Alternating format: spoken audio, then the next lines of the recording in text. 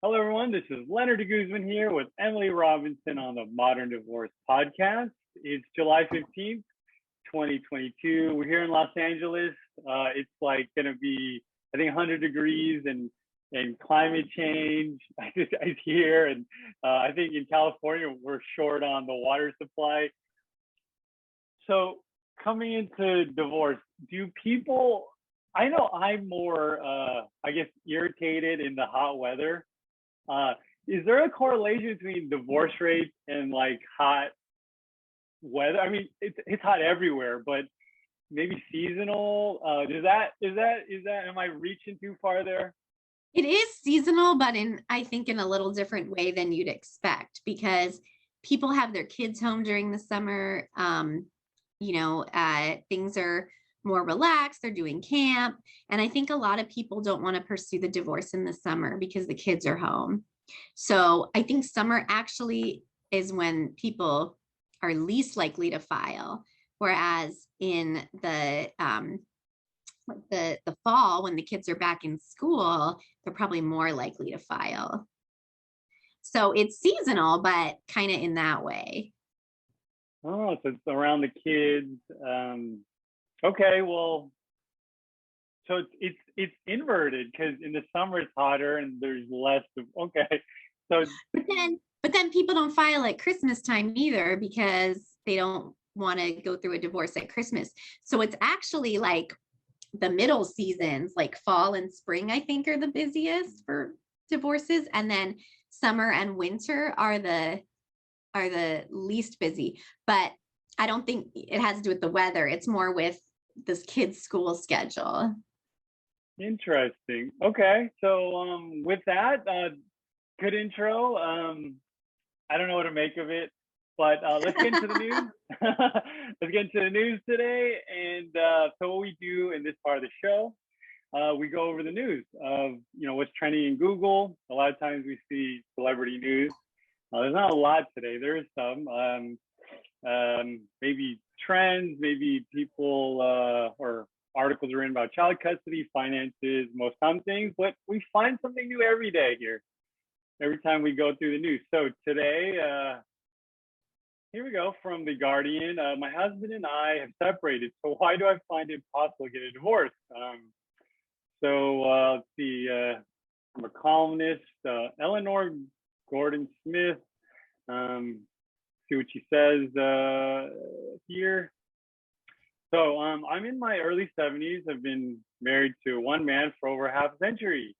However, we've lived apart for 4 years, and I like it very much. My husband has a bad temper, was a bad tempered man. It was a relief to move out. My problem is that I feel frozen, unable to move on to a divorce. My husband has improved his behavior over the past 4 years, loves me, they have grandchildren.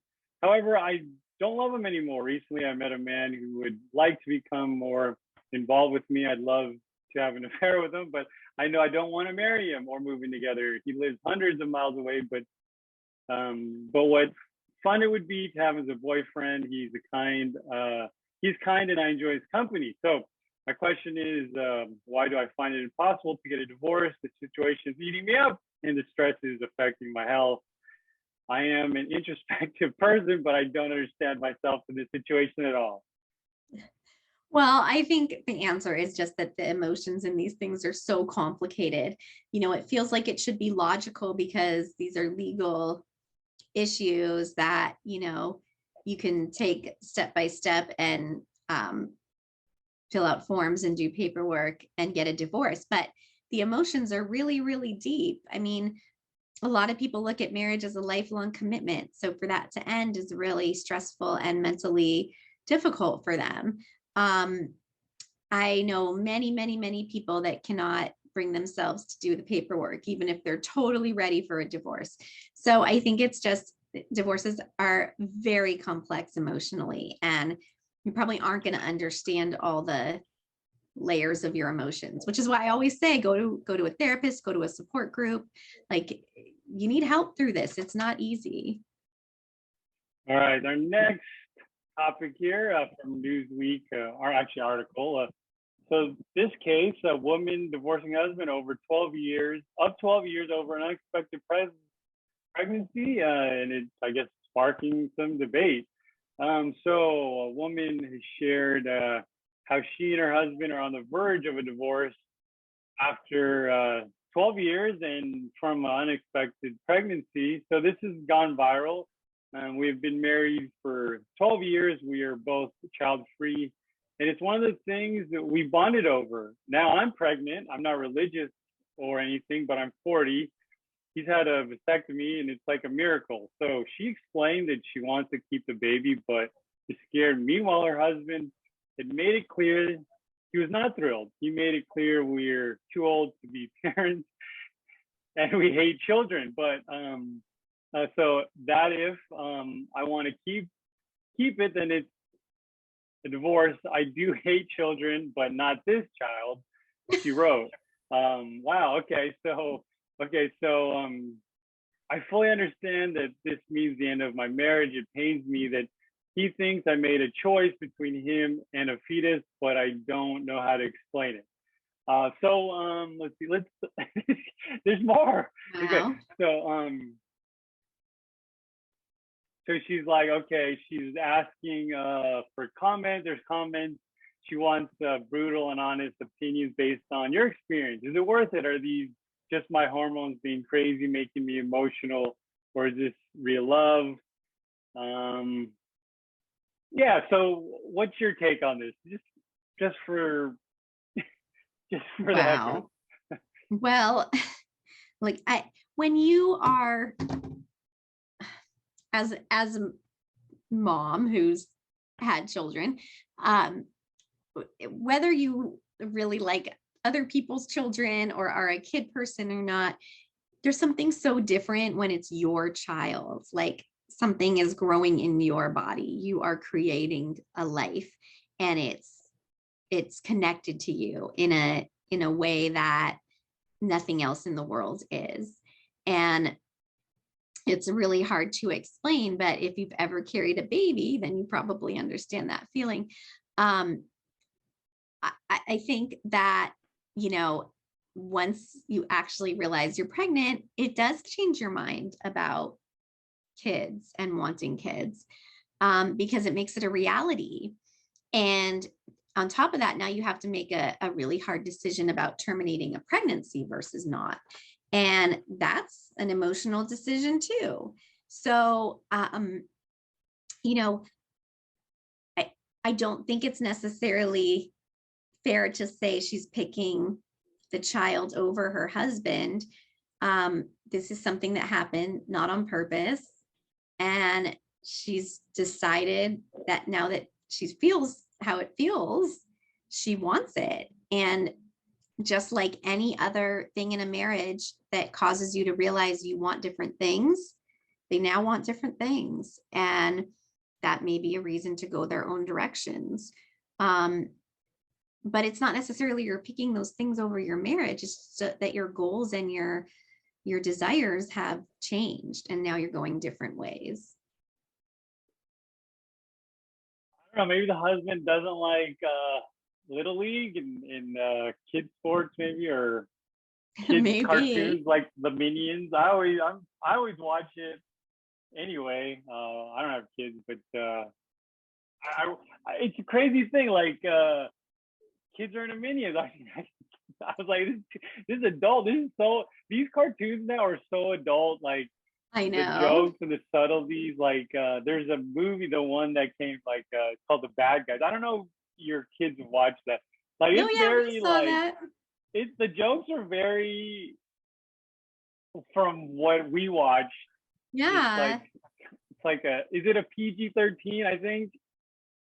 I don't know, but we just saw Minions. I mean, we saw the Buzz Lightyear one, which really isn't for little kids. Like all these movies, they do put a lot of stuff for adults in there. I loved I've never stopped watching kids movies, even when I didn't have kids. Like I love them. I think the movies now, they make them like they put that subtext in for the adults. So the adults are like, oh, okay. there's something in it for me. And the kids it just goes over there. They're like, oh, okay. Yep, exactly. So yeah, I like kids movies. Well, they're kids/adult movies. Yeah. Okay.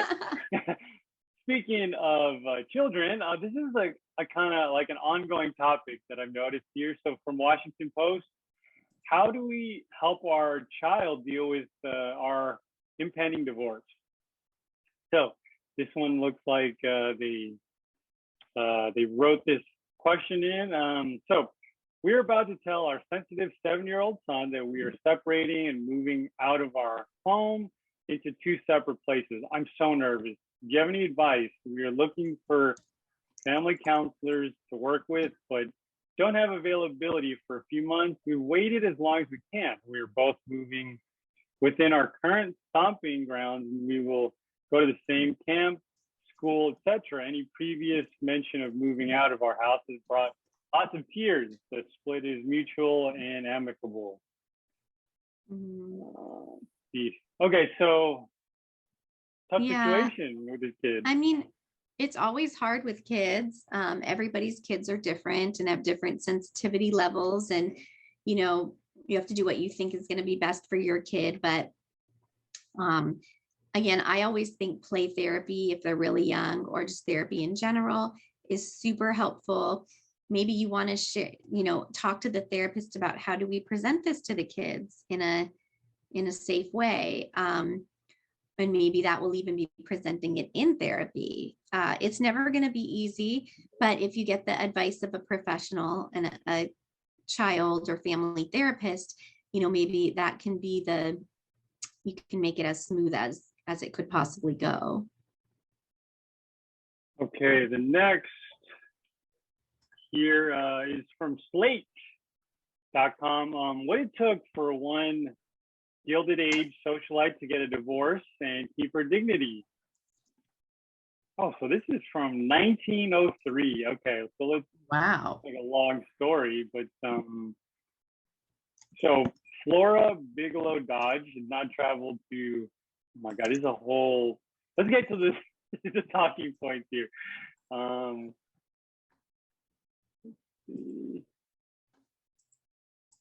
Okay, this is the end, kind of. Let's see if we can make anything of it. So the conversation was something of a wedding gift to the divorcee and her new husband, and to any woman in search of the elusive, dignified divorce.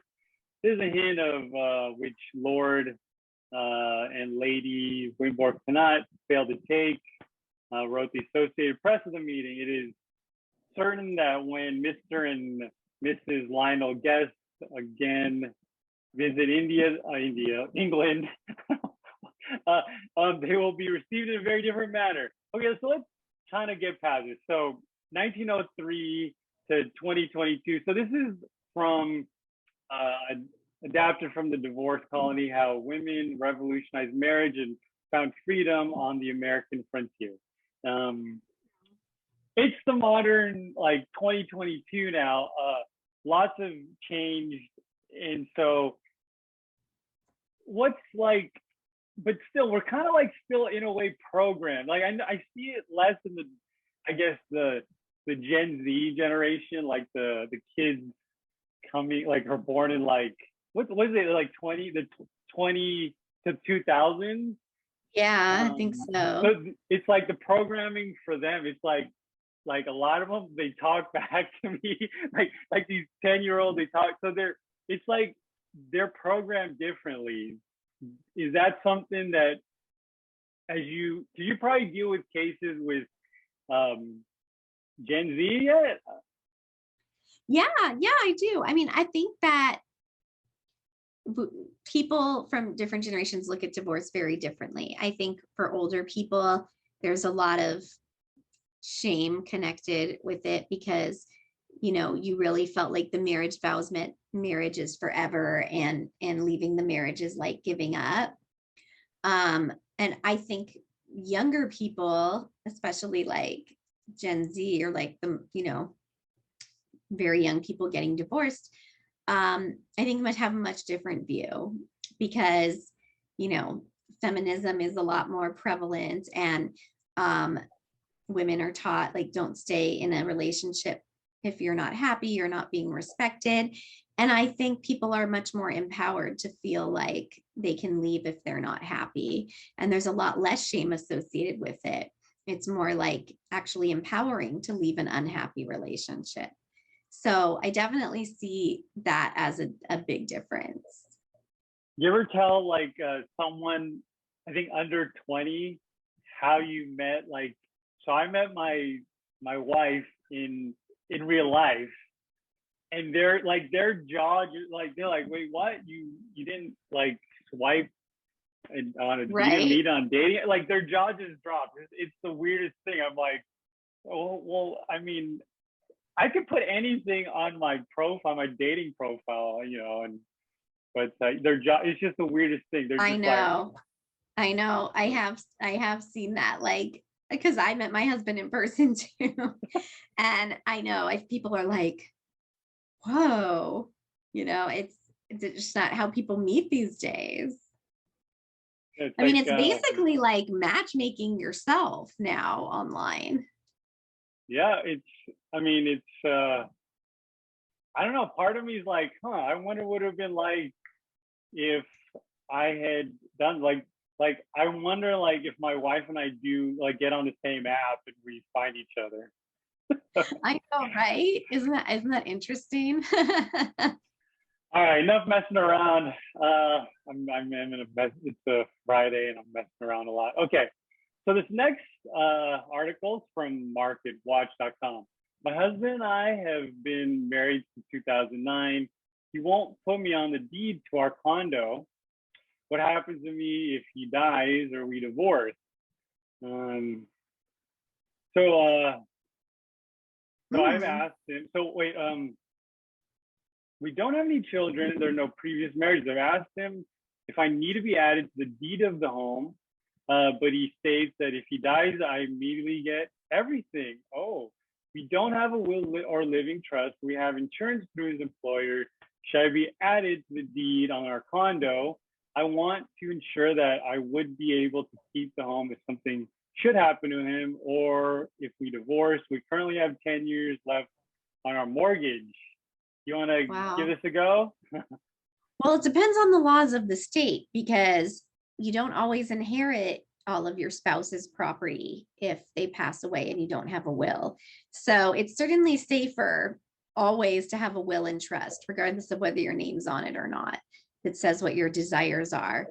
And it is always safer to have your name on it too.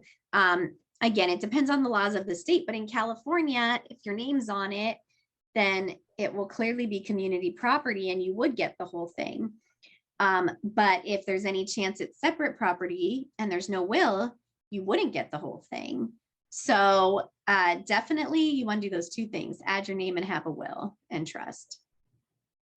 Yes, I was reading into the Black Panther actor. Why am I blanking his name?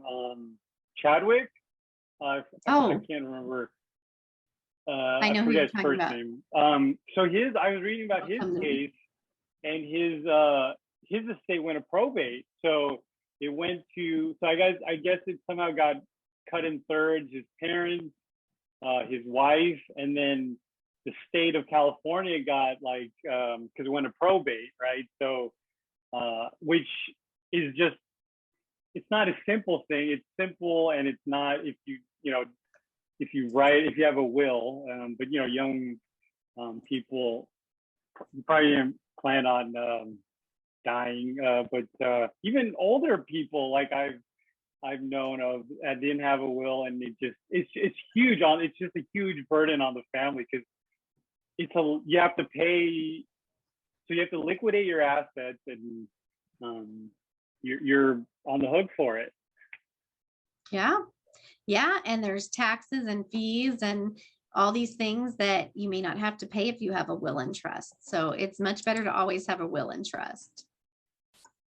Okay, so gosh, a lot of stuff today. A lot of stuff.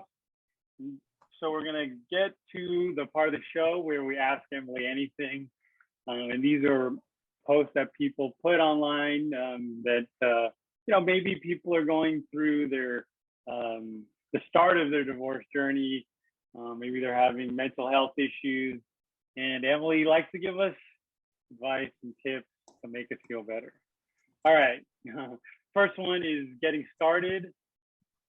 Speaking of apps, this is one of something like that. So online divorce websites.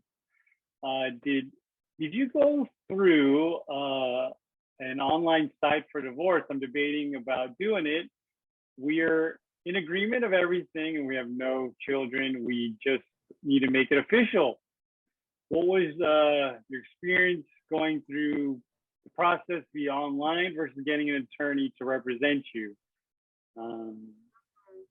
I mean, I think online can be tricky because it's not always accurate.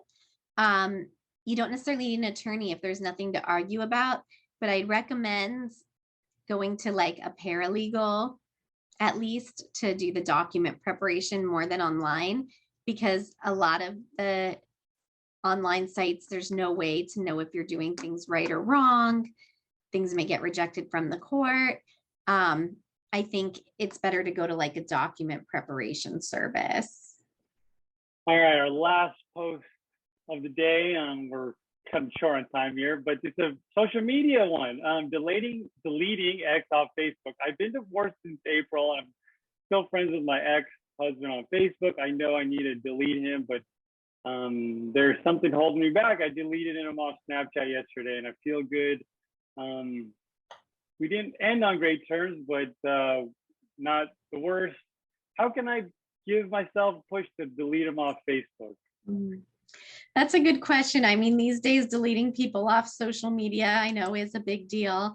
Like, I think it's like when you're ready, you'll do it. I'm not sure it has to be done this second. If you're uncomfortable with him seeing your stuff, then you could always make a separate profile or just make your profile private and not give him access. But honestly, like, I don't know that it's that important to get him off right away. Like, you'll know when you're ready, and you can just do it then.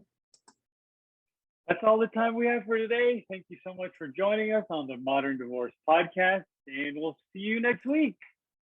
Bye.